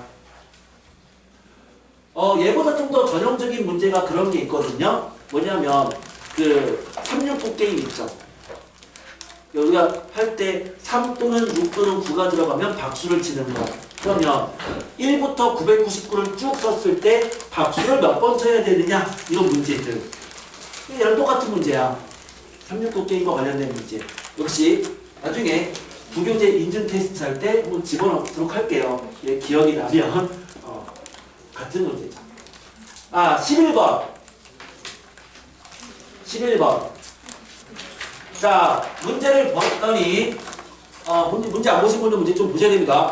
자, 뭐냐면 선생님 두 분이 있고요. 남자가 3명, 그러니까 남학생이 3명, 여학생이 2명이 있는데 뭐라고 되어 있냐면 여학생은 선생님 사이에 있는 배열하는 경우 수가 몇 가지냐 이렇게 물어봤어. 이거 아까 풀었던 거랑 똑같지 않아요? 몇 번 문제랑 똑같아요? 1번 문제랑 똑같다고요. 자, 우리 여기다가 뭐라고 써요? 1번 참고 1번을 참고하자. 그 다음에 그 방법대로 풀 건데 나는 아까 1번 문제를 풀 때 풀이식 2개를 제시했고요. 그 중에서 몇 번째 풀이식이 조금 더 좋다고 했니? 두 번째? 잘 봐봐. 여러분들 필기한 거 잘 봐봐. 1번 문제 살짝 보면서 다시 한번 컨닝을 좀 해보세요. 거기서 나는 1번 문제를 풀 때 두 가지의 풀이식을 제시하면서 두 번째 풀이식이 더 좋다고 했어. 왜 더 좋은 거냐면 그 방법대로 풀면은 그거랑 비슷한 문제를 풀기가 되게 적합하기 때문인 거야. 그럼 얘도 그 두 번째 풀었던 것처럼 생각할게. 즉 어떻게 하겠다는 얘기냐면 우린 두 번째 풀이식 어떻게 생각한 거야? 먼저 7명을 배열해야 되니까 동그라미 7개를 먼저 그리는 거라고. 일단 자리를 7개를 먼저 세팅해 놓는 거라고요. 그러면 7개 자리가 있는데 아까 1번 문제 그 얘기하는 거죠? A, B, C 배열 먼저 하는 거. 그쵸? C가 A랑 B 사이에 있다는 거. 마찬가지로 여학생이 선생님 사이에 있다고 했으니까 이제 뭐하니? 이 중에서 여학생과 선생님이 들어갈 네 자리를 먼저 선택하면 되죠. 이 중에서 뭐야? 7C4죠. 7C4. 그럼 7C4가 의미하는 것은 여학생과 선생님이 들어갈 네 자리를 선택한 거라고. 그래서 내가 선택을 했어. 이렇게 하나, 둘, 셋, 넷 선택했어. 그럼 이제 선택한 자리에다가 배열하세요.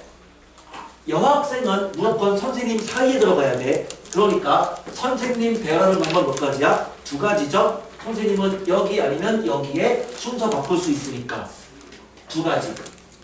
마찬가지로 여학생을 배열하는 방법 몇 가지야? 두 가지죠. 요 두 자리에 배열시켜야 되니까 곱하기 2죠. 그럼 이게 바로 뭐야? 특별한 이 4명을 배열한 거라고요. 그럼 남은 자리에다가 남학생 배열하면 되는 거 아니냐? 3팩이잖아요. 그럼 이렇게 생각한 것은 첫 번째 문제의 두 번째 생각라는 그게 더 중요하다고 했거든. 그러면 그 방법처럼 계속 여러분들의 풀이식을 바꾸다 보면 사실 다른 문제지만 같은 방법으로 수월하게 풀린다고요. 자리 배열 문제들은 어떻게 하는 게 편하다는 얘기야? 일단 자리를 먼저 빈자리를 먼저 세팅을 해놓고 특별한 애들을 배열시키고 남은 자리에 다른 애들을 배치시키면 끝난다는 얘기예요. 이해돼요? 자리 배치 문제는 이런 식으로 풀려고요. 이런 식으로 접근합니다. 이 방법을 익혀두세요. 그러면 복잡한 많은 문제들을 쉽게 풀 수 있게 됩니다. 이해되죠? 12번 문제 12번 자 뭐라고 되어 있냐면 x1부터 x6까지의 6개의 문자가 있는데 각 문자는 -1이거나 1이거나 2이거나 셋 중 하나다. 그런데 그 6놈을 곱했더니 4가 되는 그러한 이 6개 숫자의 숫자를 세팅할 수 있는 방법은 몇 가지니? 이렇게 물어봤어요. 자 생각해봐요. 각각은 -1 또는 1 또는 2 셋 중 하나인데 곱했더니 4가 된다는 얘기는 자 셋 중에 일단 2가 몇 개가 있다는 얘기야? 2개가 있다는 얘기죠. 그런데 이 문제는요. 이 문제는 같은 거라고요. 같은 거라고요. 1번 참고라고 써봅니다. 같은 거라고요. 즉 똑같이 생각해 보자고요. 그럼 똑같이 생각하는 얘기는 뭐야? 자리 배치 문제라고요. x1부터 x6까지의 자리 6개의 자리에다가 이 숫자들을 넣으면 되는 거잖아. 자리 배치 문제 어떻게 하자고요? 먼저 자리 6개를 세팅하자고요. 그 다음에 누구를 먼저 집어넣을 거야? 2를 먼저 집어넣을 거라고요. 그럼 2를 여기다 넣는 방법 몇 가지야? 6개 중에 2가 들어갈 두 자리만 선택하면 되니까 6C2예요. 그러면 일단 6C2야. 아 뭐야? 2를 집어넣은 거라고요. 그래서 2를 집어넣었어. 이렇게 2를 집어넣었어. 그 다음에 뭐야? 얘를 넣으면 되는데 곱의 결과가 4가 되려면 -1은 몇 개가 있어야 돼? 짝수개가 있어야죠. 0개가 있거나 2개가 있거나 4개가 있으면 되는 거 아니야? 곱하기 마이너스 2가 0개이거나 그 말은 사시 0이죠. 그럼 나머지 다 1이니까. 아니요, 마이너스 1이 2개가 있거나 또는 4개가 있거나 라고 해서 계산하면 이게 정답이라고요. 자, 물론 이렇게 생각할 수도 있어. 다른 방법. 다른 방법. 자, 똑같이 62까지는 동일해. 그 다음에 남은 자리에 그냥 배열시키는 거예요. 그럼 여기에 갈 수 있는 놈은 몇 가지야? 2가지죠? 마이너스 1 아니면 1이 와야 돼요. 2가지죠? 여기에 갈 수 있는 숫자 몇 가지야? 2가지죠? 여기에 갈 수 있는 숫자 몇 가지야? 2가지죠? 그럼 여기에 갈 수 있는 숫자 몇 가지니? 1가지죠. 왜요? 곱이 양수가 되도록 만들려면 3개의 숫자를 1 또는 마이너스 1을 박아놓으면 여기는 자동적으로 결정되는 거야. 왜? 3개의 곱이 음수면 얘는 무조건 마이너스 1이 돼야 되고요. 3수의 곱이 양수가 되면 얘는 무조건 1이 가야 되는 거니까 얘는 자동 결정이라고요. 그러면 2 곱하기 2 곱하기 2의 세제곱이다 라고 쓸 수도 있는데, 그런데 이렇게 생각하는 거는 사실은 선택받은 애들의 풀이식인 것 같아요. 진짜로. 그냥 머리가 좋은 애들이야. 근데 우리가 경우수 문제를 푼다고 해서 머리가 좋아지진 않아요. 이미 그거는 결정된 거잖아. 그치? 이미 걔도 결정된 거잖아. 그것처럼 이렇게 푼 애들은 결정돼 있다고. 이렇게 생각하면 돼. 하지만 결정돼 있잖아. 그럼 우리는 이렇게 생각하면 되는 거지. 그치? 그럼 뭐가 됐든 간에 그건 알아두자고. 자리 배치 문제는 일단 자리를 세팅해 놓고 특별한 놈을 먼저 조합을 이용해서 집어넣고 배열시키고 그리고 나머지를 넣으면 된다. 그 흐름까지만 알아두면 결국 이놈은 다 똑같이 풀 수 있는 거잖아요. 됐습니까? 익숙해지셔야 됩니다. 요 풀이법에 대해서 익숙해지셔야 됩니다. 간단하죠, 그렇죠? 설명 들으면 되게 간단하잖아. 13번.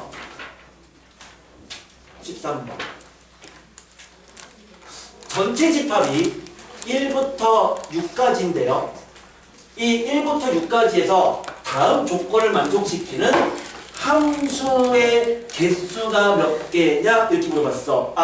우리 함수 개수 문제 어떻게 푼다고 했니? 함수 개수를 일단 그려라 했죠. 그치? 일단 그림을 그려라 했잖아요. 그러면 자, 이 문제를 풀기 위해서 함수니까 x, y를 일단 생각해야 돼. 그런데 역함수가 존재한대요. 뭐야? 1대1 대응이었고 1대1 대응이란 얘기는 정의역의 개수와 공역의 개수와 치역의 개수가 전부 다 같아야 되죠. 정의역, 공역, 치역은 다 똑같아야 돼요. 근데 이게 뭔 말이야? 합집합은 전체 집합이고 교집합이 없다는 얘기는 x랑 y가 전체 집합을 서로 나눠 가진 거야. 근데 어떻게 나눠 가져야 돼? 역함수가 존재하려면 서로 같은 개수만큼 나눠 가져야 된다고요. 됐죠?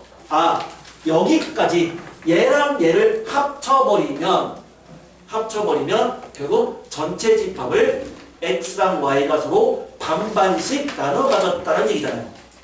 그치? 반반씩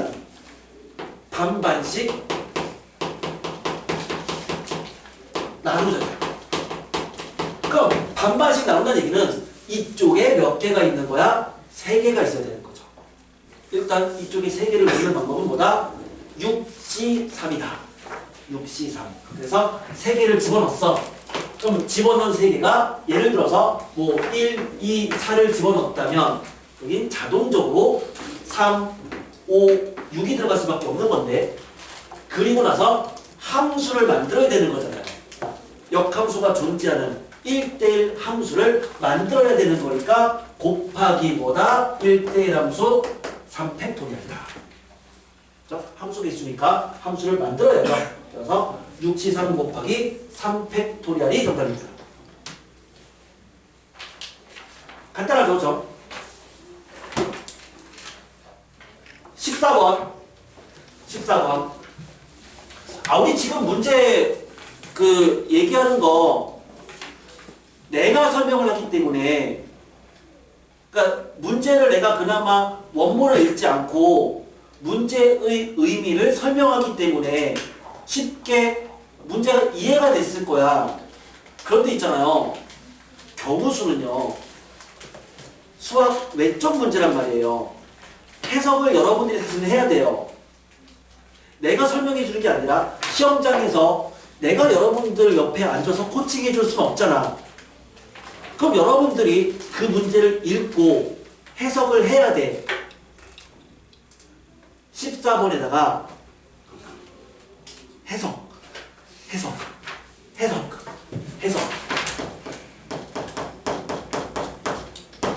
언어적 해석이라고 적어놓으세요.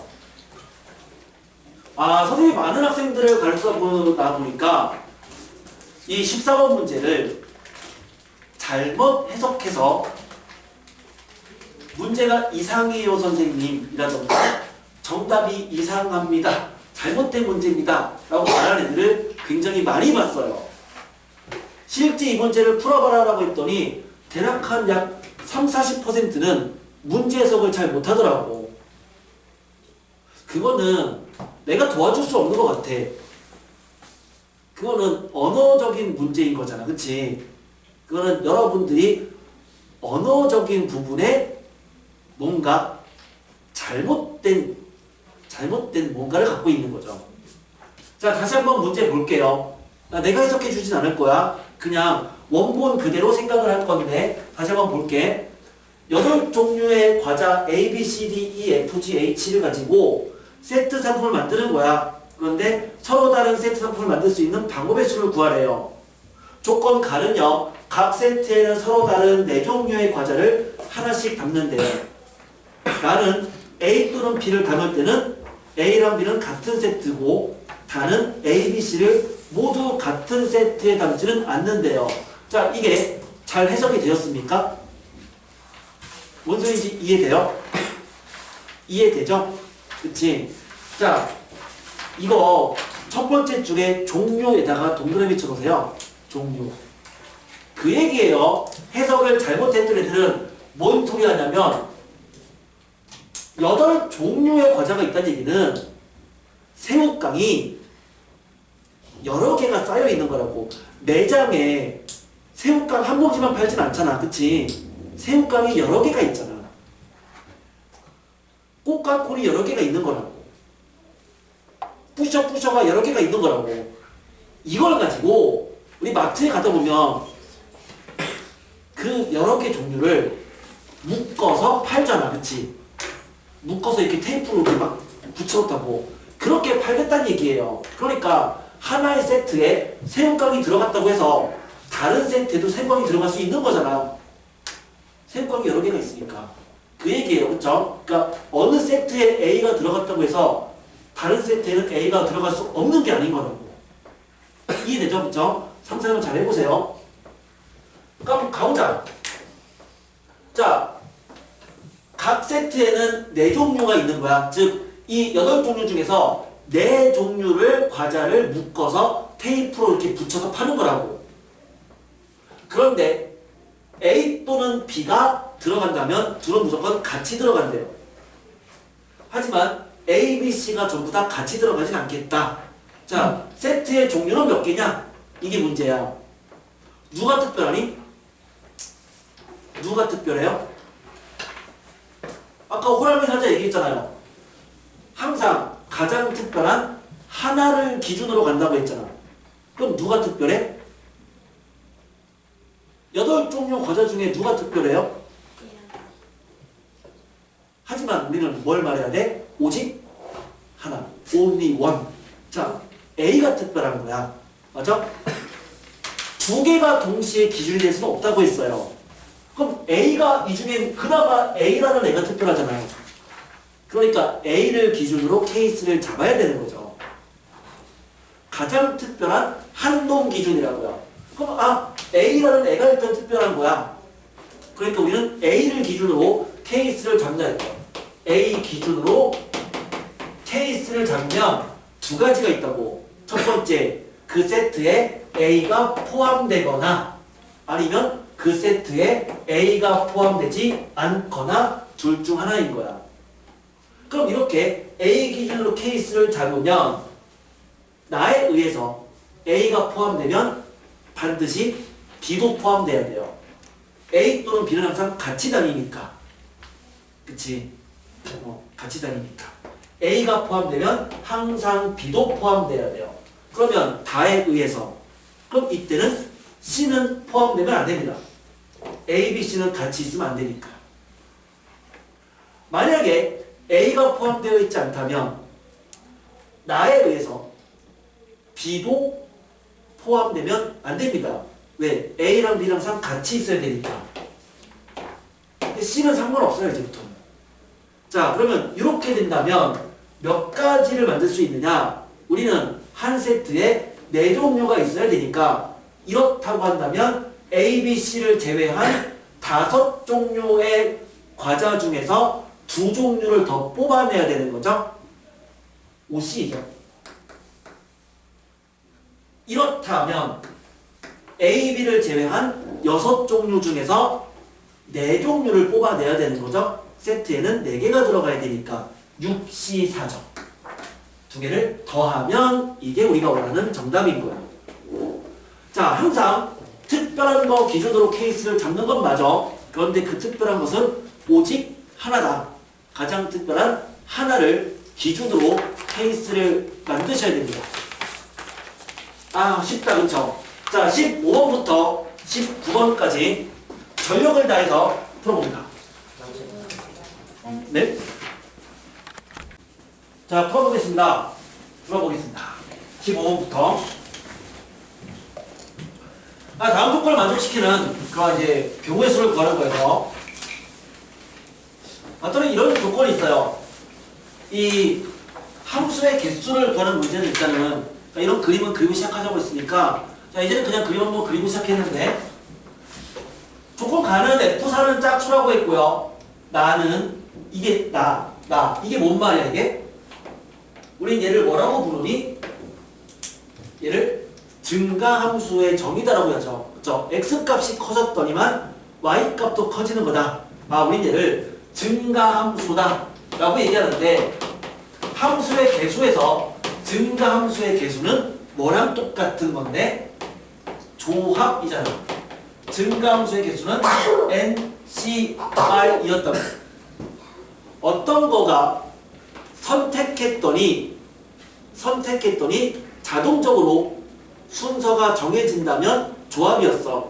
증가함수 선택만 하면 자동으로 화살표가 결정된다고 했었고요. 그래서 증가함수는 조합이었습니다. 4가 특별하죠. F4는 짝수라고 했으니까 그래서 이 F4를 기준으로 케이스를 나눠주면 케이스가 4가 2로 갈 수도 있고요.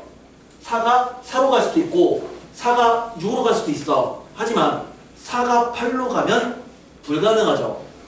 왜 불가능한지는 알죠? 4가 8로 가는 순간 6과 8이 서로 다른 수 중에서 9보다 더 큰 수로 가는 거는 불가능하다. 자리가 없으니까. 그래서 4를 기준으로 간다면 케이스가 3가지가 나오잖아요.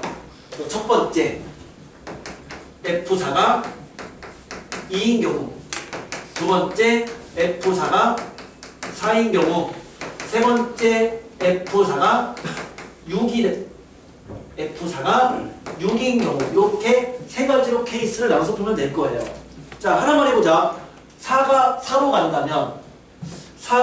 간다면 그러면 우리는 이 조건을 만족시키려면 2가 갈 수 있는 게 몇 가지니? 3가지죠. 2는 무조건 1, 2, 3 중 하나로 가야 되잖아요. 왜? 2보다 4가 크니까 2가 대응된 값보다는 4가 대응된 값이 더 커야 된다고. 그러니까 2가 갈 수 있는 건 세 가지죠. 그리고 6과 8이 갈 수 있는 거는 조합은 한꺼번에 생각하는 거잖아. 6, 8이 갈 수 있는 것은 뭐다?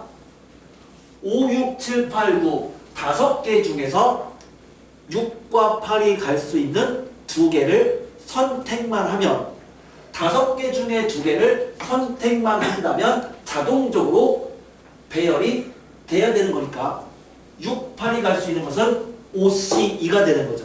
그래서 얘는 3 곱하기 5C2가 되겠네요. 이런 식으로 해서 각각 첫 번째랑 세 번째 케이스도 구해주면 그걸 더한 게 정답일 거야. 함수 개수는 항상 다음 같은 그림 그리고 생각하는 거고요. 특별한 값 기준으로 케이스 잡아서 문제 푸시면 됩니다. 졸지 마시고 여기 지성장 졸지 마시고 이렇게 줘라. 그런 거 같아. 졸려서 노는 걸 수도 있는데 근데 이제 수학이라고 하는 과목이 어떤 해당 부분에 대한 이해가 잘 되어 있지 않으면 당연히 졸 수밖에 없거든요. 그럴 때는요, 선생님이 그냥 뭐라고 시부렁거리지 말 때는 그냥 문제를 푸세요. 그냥 혼자 문제 그냥 푸세요. 일단 그냥 쭉쭉 혼자 풀어 나가세요. 그러면 좀 괜찮아요. 그냥 억지로 잘 안 되는 거를 그냥 쳐다보고 있으면 당연히 졸리다고. 당연히. 선생님도 매번 고등학교 때 영어 시간에 매번 졸았어. 이해가 안 되는 거야. 이해가 안 되는 거야. 매번 졸았어. 어쩔 수 없는 것 같아. 그런 것들은. 그러면 그냥 혼자 문제 풀면 돼요. 혼자 그냥 푸세요. 네, 말하는 말든 푸시면 돼요. 16번. 16번. 우리 인증 테스트 볼 때도 이 조합 파트에서 가장 마지막 번에 항상 집어넣었던 형태 중 하나였어요.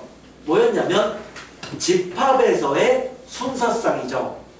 집합에서의 순서쌍은 항상 초반에 접근, 항상 뭘 먼저 하자? 집합에서의 순서쌍 개수는 가장 먼저 할 일은 무엇이었다? 벤 다이어그램이었잖아요. 자, 집합에서의 순서쌍 A, B에다가 네모칩니다. 집합에서의 순서쌍은 반드시 뭐다? 벤 다이어그램이에요. 일단 벤 다이어그램을 그리고 생각해야 된다고. 항상 집합에서의 순서쌍은 벤 다이어그램을 그리고 나서 문제를 풀어야 됩니다. 그러면 일단 벤 다이어그램 그려볼게요. A랑 B라는 집합이 전체 집합의 부분 집합이야. 전체 집합이 이렇게 있고 A랑 B가 이렇게 있던 거죠. 자, 이제 특별한 걸 찾으세요. 뭐가 특별합니까? 1이 특별하죠. 또 어디가 특별해요? A-B가 특별하죠. A 빼기 B라는 이 집합이 특별하고 이 장소가 특별하고 1이라는 숫자가 특별하니까 우리는 얘랑 얘를 기준으로 케이스를 잡으면 케이스가 두 가지가 있다고. 첫 번째 1이 A 빼기 B에 포함되는 경우 1이 A-B에 포함되는 경우랑 두 번째 1이 A-B에 포함되지 않는 경우로 케이스 두 개를 잡을 수 있잖아요. 맞아요? 자, 봐봐. 여기 졸지 말고 졸리면 혼자 문제 풀고 있으니까. 그러면 자, 이렇게 하면 1이 만약에 A 빼기 B에 포함됐어. 이 경우. 그럼 여기 1이 있다는 얘기인데 우린 나에 의해서 A 빼기 B에는 원소 개수가 2개가 있어야 되니까 그 말은 뭐야? 여기에 한 놈을 더 집어넣어야 되는 거잖아. 그것은 1을 제외한 4개 중, 4개 중에서 4개 중에서 4개 맞니? 네. 문제가? 맞아? 16번? 맞죠? 1, 2, 3, 4, 5 그러면 1을 제외한 4개 중에서 하나를 더 집어넣어야 되는 거니까 얘를 일단 4, C, 1이고요. 그러면 이제 몇 개가 남았다? 3개가 남았죠. 그러면 이거 엘리베이터 문제랑 똑같은 거야. 각각 하나씩 생각하는 거죠. 그럼 각각 하나씩. 그럼 한 놈이 들어갈 수 있는 경우가 몇 가지야? 여기에 넣거나 여기에 넣거나 여기에 넣거나 셋 중 한 곳에 들어가야 되는 거야. 세 가지죠. 얘가 갈 수 있는 것도 세 가지죠. 얘가 갈 수 있는 것도 세 가지죠. 우리는 엘리베이터 문제 아까 풀 때, 즉 중복이 가능하다면 마찬가지로 한 장소에 여러 문자가 들어갈 수 있다는 얘기는 중복을 허용한다는 얘기고, 이러한 중복이 가능한 경우는 하나씩 생각하라고 했잖아. 그러니까 각각 세 가지가 있다. 3의 세제곱인 거야. 그 다음 두 번째, 1이 A 빼기 B에 없다면 그 말은 1이 갈 수 있는 게 몇 가지다. 1은 교집합에도 들어가면 안 돼. 근데 여기도 들어가지 않겠대요. 그럼 1이 갈 수 있는 것은 둘 중 하나죠. 그럼 두 가지고요. 그리고 여기에 두 개가 들어가야 되니까 그럼 거기는 1을 제외한 4개 중에 2개를 집어넣어야 돼요. 4, 2. 그럼 이제 남은 원소가 2개네요. 그럼 남은 2개 원소를 역시 하나씩 집어넣는다면 3 곱하기 3, 3의 제곱만큼의 경우가 나오겠네요. 2개를 더한 게 정답이다.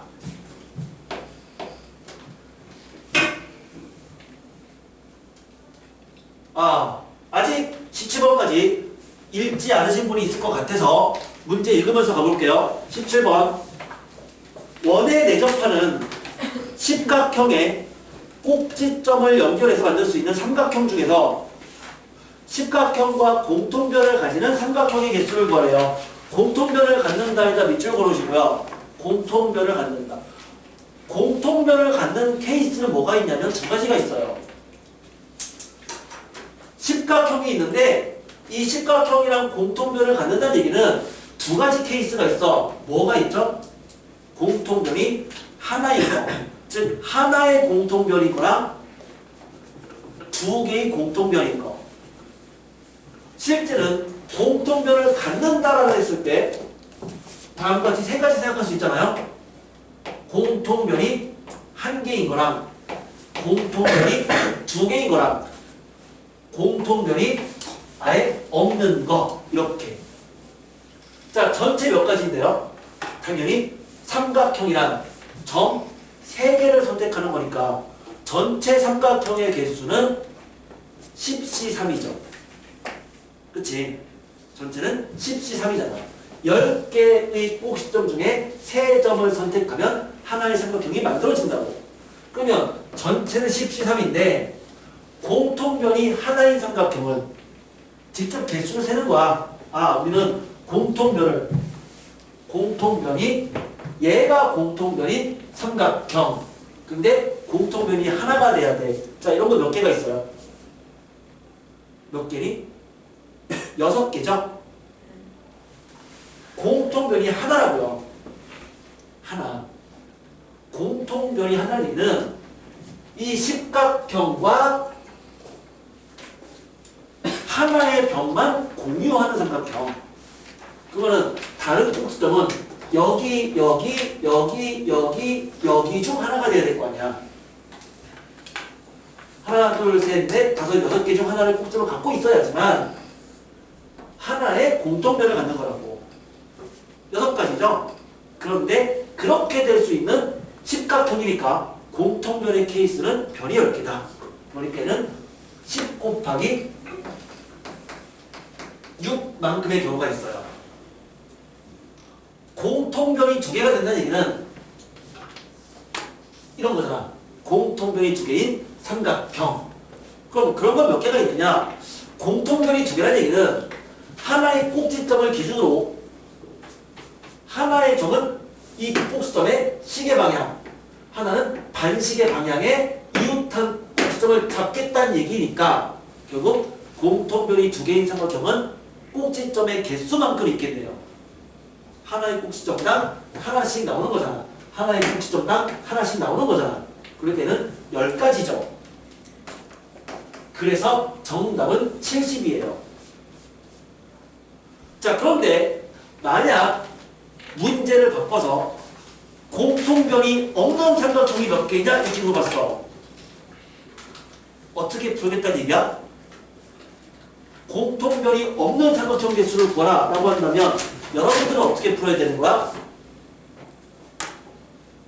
여사건으로 풀어야 되는 거야. 전체 10C3에서 공통변이 하나 있는 거랑 2개 있는 걸 빼셔야 됩니다. 됐어요? 자, 그래서 필기는 같이 해주는데 공통변이 없는 놈을 구하라 라고 한다면 걔는 여사건으로 전체 10C3에서 이놈과 이놈을 빼겠다 이렇게 생각하면 좋을 것 같아. 됐지? 그렇죠? 18번 이제는 사각형의 개수에 대한 문제인데 자 우리는 직선의 개수는 어떻게 푼다고 했어요? 직선은 점 2개를 선택하는 것, 삼각형 개수는 점 3개를 선택하는 것. 하지만 사각형 개수는 뭐다? 가로줄 2개랑 세로줄 2개를 선택하는 거라고 했잖아요. 아, 18번에 사각형에다가 뭐라고 쓰니? 사각형은 가로줄 2개랑 세로줄 2개라고요. 가로줄 2개랑 세로줄 2개를 선택하면 하나의 사각형이 결정되는데 근데 이 상황에서는 가로줄이 총 4개잖아요. 하나, 둘, 셋, 4개. 하지만 세로줄의 개수는 훨씬 많잖아. 그럼 당연히 누구를 기준으로 케이스를 잡아야 돼? 가로줄을 기준으로 케이스를 잡아야죠. 그래서 각각의 가로줄을 네임을 붙여서 얘를 A라는 가로줄, 이거를 B, 얘를 C, 얘를 D라는 가로줄이라고 생각한다면 가로줄 2개를 선택하는 경우는 4C2 6가지 케이스가 있는 거라고. 그럼 그 6가지 케이스라는 것은 뭐야? A, B를 선택하는 경우, A, C를 선택하는 경우, A, D를 선택하는 경우, 그 다음에 B, C를 선택하는 경우, B, D를 선택하는 경우, C, D를 선택하는 6가지 케이스가 있는데 만약에 내가 A랑 C를 선택했다면 사각형 만들려면 세로줄 2개는 어떻게 선택해야 되는 거야? 4개 중에서 2개를 선택해야지만 사각형이 만들어지는 거죠. 아, 이때는 4C2라고요. 그럼 A, B도 뭐겠어요? 4C이겠죠? A, D도 4C2겠지? 그러니까 얘는 4C2가 3가지 케이스가 있는 거고요. 만약에 B랑 C를 선택했다면 사각형 만들려면 6개의 세로줄 중에 2개를 선택해야 돼요. 6C2죠? B, D도 마찬가지지? 아, 얘는 6C2가 2가지 케이스인 거고 C, D는 뭐야? 당연히 8개의 세로줄 중에 2개잖아요. 8C2라고요. 더한 게 정답이죠. 자, 이건 수업 때 했던 문제야. 똑같은 문제고요. 자, 마지막으로 19번입니다. 19번 문제 보겠습니다. 19번. 19번에 뭐라고 되어 있냐면 오른쪽 그림과 같은 6개의 빈칸에 2의 1제곱에서 2의 6제곱까지를 쭉 채워 넣는데 각각의 열들, 그 세로줄 1열, 2열, 3열에 합을 각각 A1, A2, A3라고 한다면 이러한 크기 순서가 되는 경우수를 구하래요. 이 얘기죠. 여기다가 2의 1제곱부터 2의 6제곱까지인 6개 숫자를 채워 넣겠다. 근데 채워 넣는데 각각의 세로줄들의 합이 이러한 크기 순서가 되도록 채우는 방법수를 구하라. 이게 문제거든요. 자, 우리 여기다가 2의 n제곱에 태생적 한계라고 적어놓습니다. 2의 n제곱에 태생적 한계라고 적어놓습니다. 2의 n제곱들은요 태어나기를 얘들은 되게 신분 상승이 안 되도록 태어났어요. 얘들은 신분 상승이 안 돼요. 뭔 말이냐면 2랑 2의 제곱이랑 2의 세제곱을 더했어요. 얼마죠? 14죠? 그것은 2의 4제곱보다 더 작아요. 2랑 2의 제곱이랑 2의 세제곱이랑 쭉 더해 2의 9제곱까지를 더해 이거 누구보다 작아요? 얘보다 작아요. 얼마만큼 작을까? 이만큼 작아요. 왜 이만큼 작냐면 이거죠. 2 플러스 2 플러스 2의 제곱 플러스 2의 세제곱 플러스 2의 4제곱을 구해봐. 얘랑 더하면 얼마야? 4죠. 즉 2의 제곱이죠. 그럼 2의 제곱이랑 2의 제곱을 더하면 2의 세제곱이죠. 다시 걔랑 얘랑 더하면 2의 4제곱이고요. 또 얘랑 더하면 2의 5제곱이거든. 그럼 이건 2의 5제곱이야. 그러니까 여기부터 여기까지를 더하면 2의 5제곱보다 2가 작다고. 다시 말해서 2의 거듭제곱들은 아무리 하위 단계 값들을 더해도 그 다음 단계보단 작을 수밖에 없다고요. 뭔 말이냐? 얘들을 배열했을 때 2의 6제곱이랑 붙어있는 애는 항상 총합이 제일 큰 거야. 왜? 얘가 나머지를 다 더한 것보다 더 큰 값이니까. 이해되죠? 이게 2의 거듭제곱의 태생적 한계라고요. 따라서 걔가 이 조건을 만족하려면 여기에는 무조건 누가 있다는 얘기야? 2의 6제곱이 있다는 얘기니까 2의 6제곱이 갈 수 있는 경우는 둘 중 한 자리에 가야 되는 거죠. 그래서 2의 6제곱이 갈 수 있는 자리는 두 가지인 거야. 둘 중 하나에 집어넣었어. 두 가지. 그러면 여기는 뭐가 와야 돼? 아무나 와도 돼요. 아무나. 그러니까 여기에 갈 수 있는 건 몇 가지야? 5개 중에 남은 5개 중에 하나가 아무나 오면 되는 거죠. 그쵸? 이 세모에 올 수 있는 거는 남은 5개 중에 하나라고요. 그럼 그 다음에 이제 4개 남았잖아요. 그 4개 중에 남은 4개 중에 가장 큰 놈은 둘 중 한 자리에 와야죠. 그치? 왜? 태생적 한계 때문에. 그러니까 이제 남은 것 중에 가장 큰 놈. 남은 값 중 가장 큰 놈은 역시 둘 중 한 자리에 와야죠. 그러면 또 여기는 아무거나 와도 상관없잖아요. 이제 1열에 배열하는 것은 남은 2개 배열이니까 2 팩토리얼이야. 그래서 요게 정답인 거죠. 이해돼요? 2의 거듭제곱의 태생적 한계 때문에 가장 큰 놈은 가장 오른쪽 열에 배열될 수밖에 없다. 그렇게 해서 하나씩 배열시켜 나가는 겁니다. 자, 여기까지가 그 우리 부교재에 있는 순열 조합의 킬러 문제들이었고요. 교재니까 교재를 다시 한번 풀어보면서 또 복습하시고 모르는 것들은 계속 오답거리 해도 되니까 오늘 수업한 요 19문제 중에 추가하고 싶은 오답이 있으면 역시 테스트 아이디랑 번호 해주면 나중에 추가될 수 있도록 오답거리를 해줄게요. 자, 부교재 여러 번 푸세요. 부교재 여러 번 푸시고 특히 수면조합 약하신 분들 많이 좀 문제를 푸세요. 여기는 어려운 문제를 많이 푸는 게 중요한 게 아니라 그냥 많은 양으로 그냥 치고 넘어가는 거야. 양으로 쳐야 됩니다. 많은 양의 문제를 풀어보세요. 쉬는 시간은 전체적으로 10분 정도를 가질 건데 일찍 퇴실하고 싶으신 분들은